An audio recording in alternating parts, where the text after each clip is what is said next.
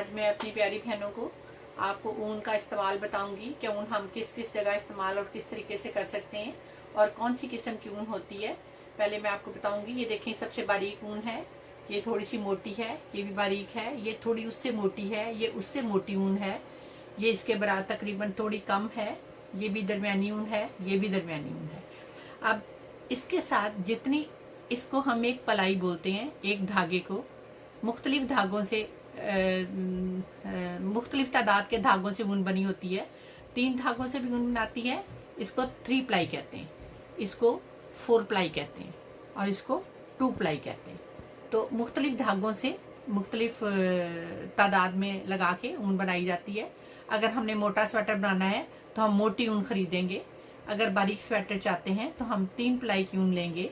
और इसी तरह अगर हम उससे भी बारीक चाहते हैं तो वो ज़्यादातर स्वेटरों के लिए नहीं इस्तेमाल होती, लेकिन फिर भी अगर हम चाहें तो वो हम लगा सकते हैं 2 प्लाई में, लेकिन उसके लिए बारीक सिलाइयाँ लगेंगी। तो जब हम सिलाइयों का इंतखाब करें और मोटी ऊन के लिए मोटी सिलाई इस्तेमाल करेंगे हम। ये मैं आपको सिलाइयाँ दिखाती हूँ। ये देखें, ये सबसे मोटी सिलाइयाँ हैं, ये हम 4 प्लाई के लिए इस्तेमाल करते हैं।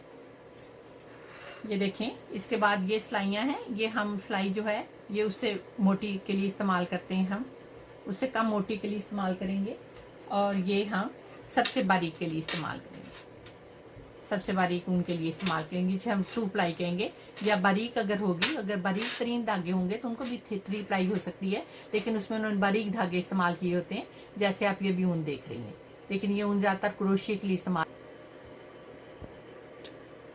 इन 4 प्लाई के लिए अगर मोटी है तो हम 7 नंबर भी इस्तेमाल कर सकते हैं, 8 नंबर भी इस्तेमाल करते हैं, उनके लिए कर सकते हैं।